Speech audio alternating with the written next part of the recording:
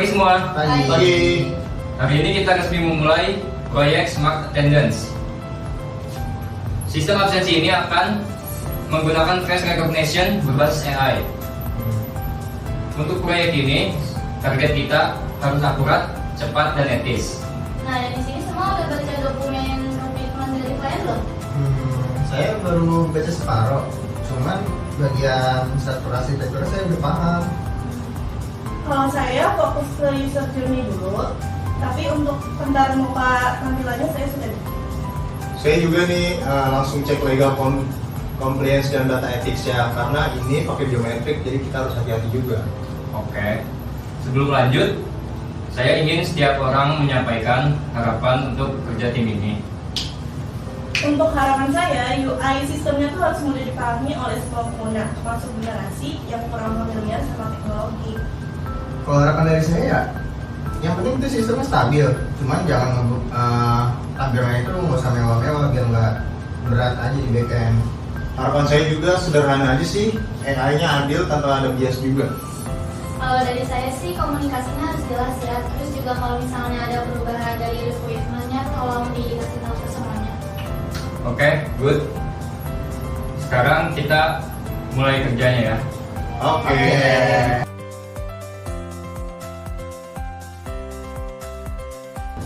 Baik, kita masuk ke pembahasan inti requirement-nya. Fokus pertama kita tuh di kecepatan proses absensi maksimal tuh 3 detik ya.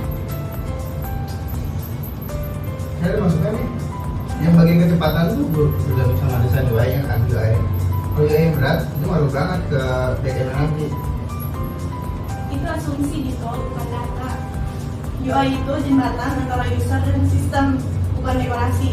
Kalau terlalu sederhana, usernya nanti malah bingung. Ya saya kan cuma bilang ya, kalau animasi transisi amel-amel gitu berlebihan soalnya, karena server nanti bisa lebih berat lagi responnya. Ya udah pendapat kalian tuh dicatat. Nah, nanti dibuktiinnya tuh lewat prototype dan testing, bukan debat kayak gini.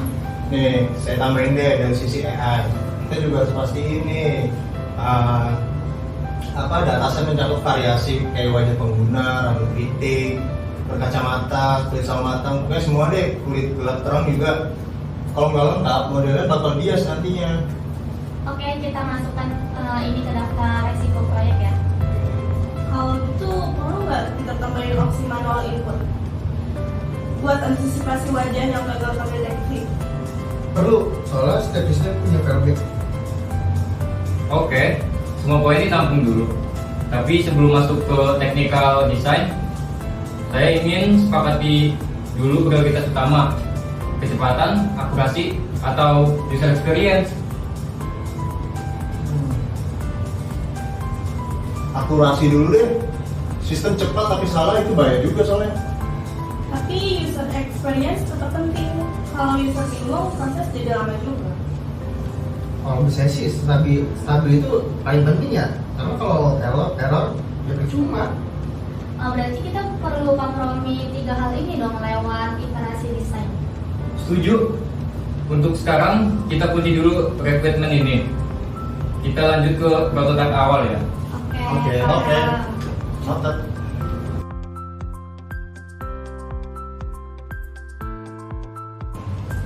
Nah, ini tampilan awal UI.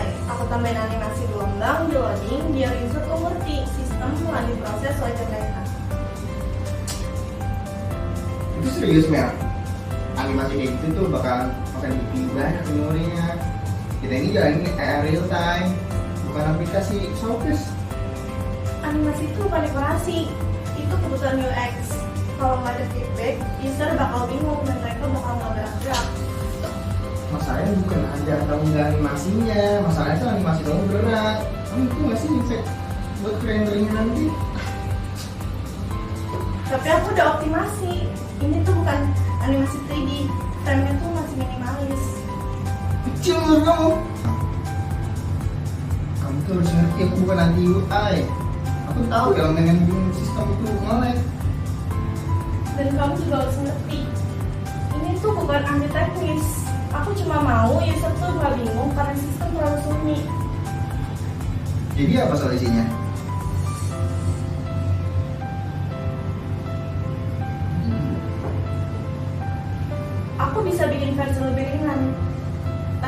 gelombang yang kompleks. Tapi garis besarnya tetap harus ada feedback secara visual. Apa juga bisa bikin tes performanya. Cuma kalau versinya ringan kan nggak bakal mengganggu model AI. Aku setuju. Dan kalau ternyata tanpa animasi user malah bingung, kamu harus pertimbangin input UX juga.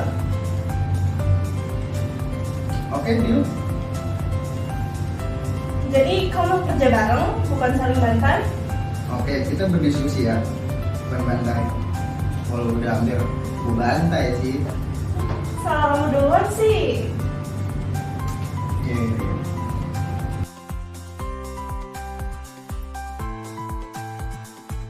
Oke, sekarang kita harus selesaiin masalah ini. Coba Dito jelasin singkat inti masalahnya itu gimana? Masalahnya udah saya cat ya. UI ini terlalu berat, animasinya tinggi, performance nya turun. Itu ngaruh ke deteksi. Enggak, aku tuh bikin animasi bukan buat estetika. Bisa untuk feedback supaya nggak bergerak kalau aku mulai proses training. Nanti coba jelasin pakai data. Oke, kalau dalam UX biometrik, tanpa visual user itu sering salah posisi. Animasi itu untuk stabilitas inputnya. Oke, ngerti. Tapi kalau berat terusnya perlu lambat. Kita tuh butuh versi yang ringan. Kalian berdua tuh sebenarnya sama-sama benar, sama kayak pengen dari cepat selesai kan. Jadi solusinya tuh apa? Oke, aku bikin dua versi deh, penuh sama ringan. Aku benchmark performanya deh. Sama kasih energi batas. Ya udah nanti aku dokumentasiin ya biar nggak ada kesalahan. Bagus. Oke, nanti kita review lagi ya. Gimana, setuju? Setuju.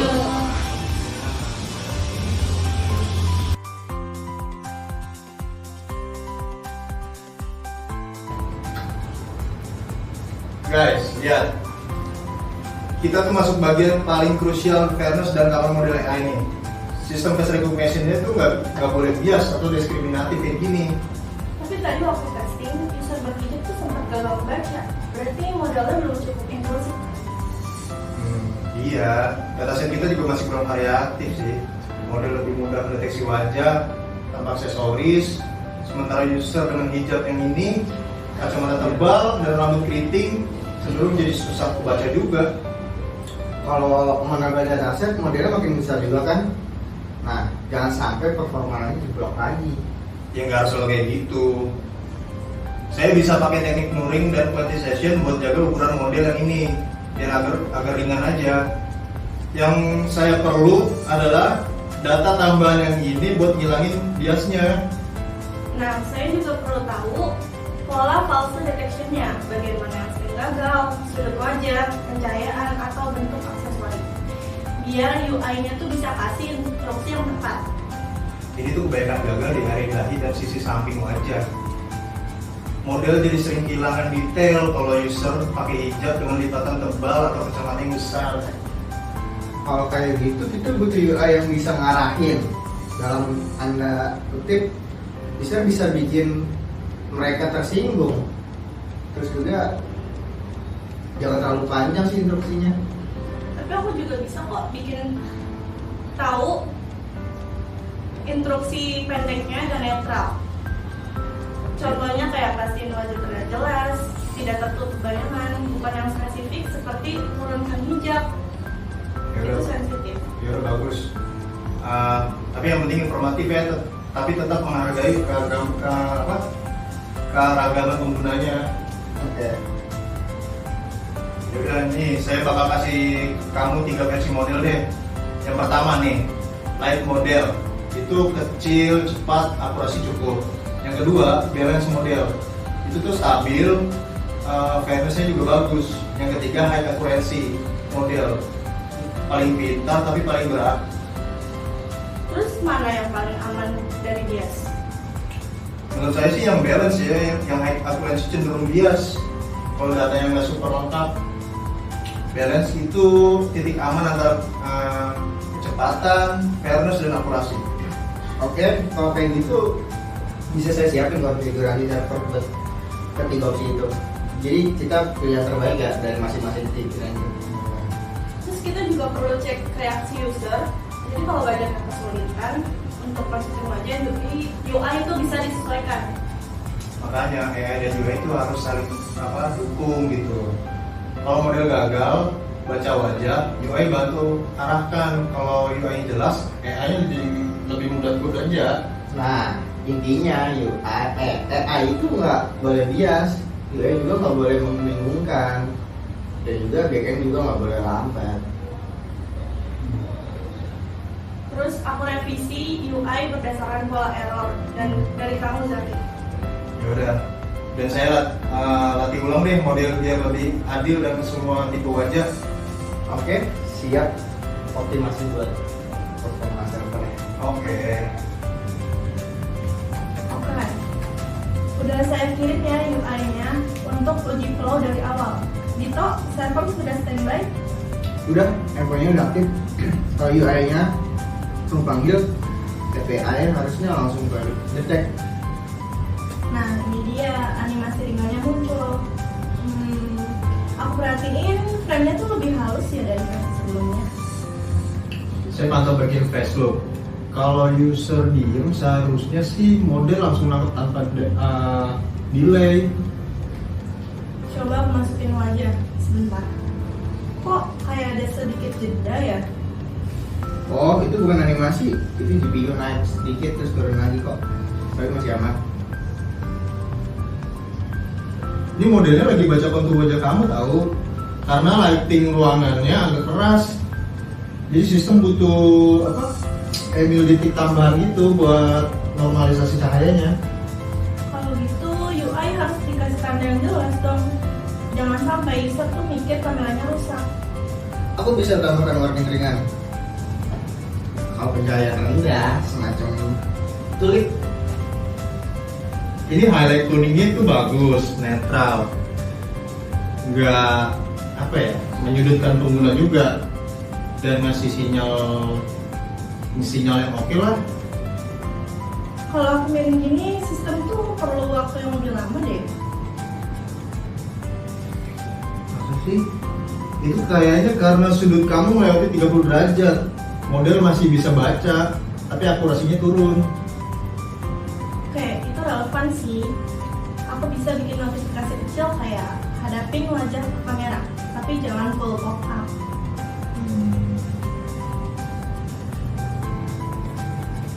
Dari semua kasus yang barusan ini, model tuh masih stabil. Tapi saya juga perlu tambahan data nih buat kondisi wajah miring dan low light-nya, biar sistem lebih tangguh aja. Oke, tapi selama penambahan dataset nggak bikin model jadi raksasa gitu. Aku oke.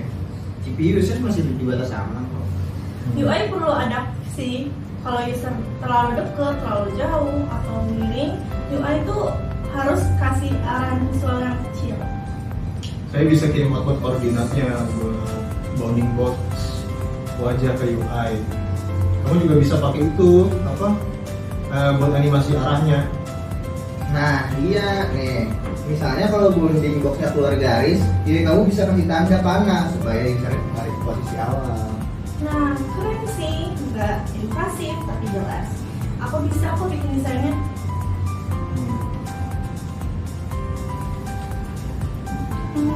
Aku baru sadar kita bertiga tuh kerja paling intens ya. Apalagi kalau lagi testing kayak gini. Iya, masalah kalau ada error kita langsung tahu siapa yang salah. Biasanya di top mulu tuh yang nuduh Meli. Aduh. Ya karena 70% harusnya emang UI penyebabnya. Amin deh. Yang penting sistem kita makin stabil, terus deteksi wajahnya jadi makin adil, cepet juga. Yaudah deh, kita lanjut next aja ya. Lain waktu. Kayaknya sekarang udah malam juga. Iya. Yuk. Oke, kita tutup aja ya.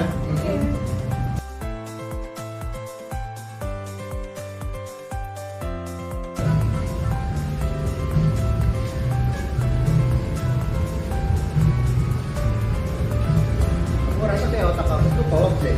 Padahal masih siang, tapi katanya kayak sore. Kamu udah tadi mau ngajar juga kan errornya belum selesai.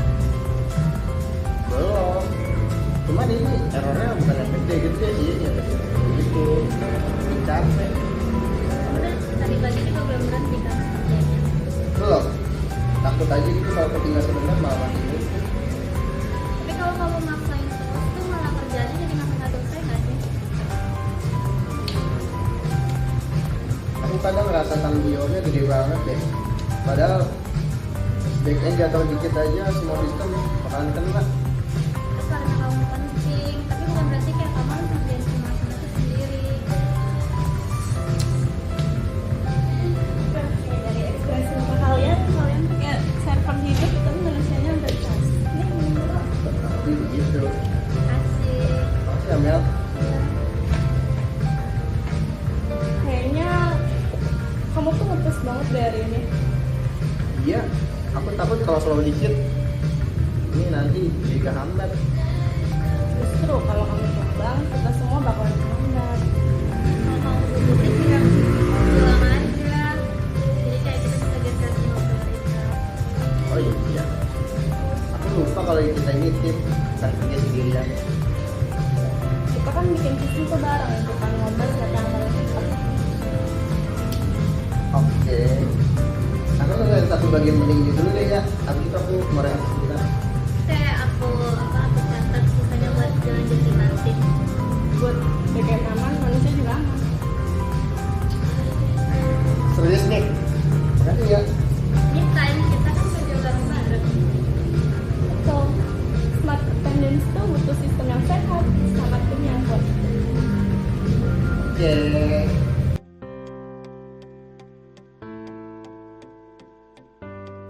Oke, akhirnya kita sampai di titik ini. Hari ini saya pengen kita bahas hasil-hasil dari smart attendance, bukan cuma dari sisi teknis, tapi juga dari prosesnya. Coba Sabrina mulai dari rekrutmen. Kalau dari awal kalian kan minta sistem yang cepat, akurat dan koordinasi. Dan sekarang tuh kebetulan ini sudah jalan dan sudah rata-rata di bawah 3 detik. Ada proses manual dan kemudian yang jelas. Yang sempat berubah di tengah jalan gimana? Itu udah kita dokumentasiin. Jadi walaupun ada penyesuaian dan jadi kita satu arah dan nggak ada Good. Sekarang bagian nilai. Kita desain UI sesuai nasib yang datang dari beberapa tempat. Ada yang dari teknologi, ada yang enggak. Karena itu pengalaman dari berbagai arah dari ekspektasi teknologi itu secara sebagai besar Ada kendala nggak? ada terutama saat pencahayaan dan saat wilayah. Tapi setelah pada visual dan teknologi jadi jauh lebih aktif. Oke. Gitu. Kalau dari saya ya fokusnya di stabilitas aja. Nggak peduli seberapa bagus nilainya. Kalau server lama ya bisa tetap kecewa. Tapi hasilnya akhirnya rata-rata di 2-3 detik lah. Dan servernya tetap stabil kok. Itu simulasi misalkan bisa datang. Ada kompromi yang harus kamu ambil. Ada, cuman itu bagian dari kerja tim lah. Kita kayak titik tengahnya antara performa dan fitur aja di Itu yang saya harapkan. Sekarang bagian AI. Ya dari awal saya udah tekankan soal privacy Pak. Smart Sense pakai wajah tuh sensitif. Jadi kita nggak bisa asal. Dengan balance model biasnya error turun drastis nih dari 32% sekitar 4%. Jadi model lebih adil. Berbagai tipe wajah yang dipilih sistem jadi berat. Kalau sistem ini dipakai jangka panjang gimana? Model bisa terus dilatih ulang sih. Jadi seiring waktu akurasinya bisa naik tanpa menurunkan error. Oke. Dari semua yang saya dengar, sistemnya siap dan yang lebih penting itu timnya harus solid. Sebelum kita mulai sama proyek ini, saya tuh pengen kita refleksi sebentar. Ini bukan soal hasil, tapi soal pelajaran itu gimana. Saya bisa ikut konsultasi jelas soal ini baru saya. Menurut saya sih yang saya pelajarin ya itu masih dari kompromi bukan dari risiko. Kalau saya sih contoh komunikasi itu berbeda material padahal itu tuh yang selama di proyek kita tuh Saya teknologi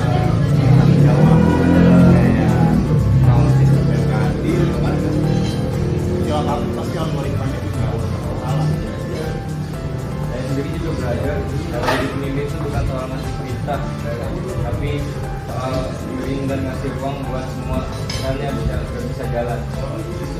Oke, terima kasih buat kerja keras kalian. Proyek ini bukan cuma tentang smart attendance, tapi tentang gimana kita kerja bareng.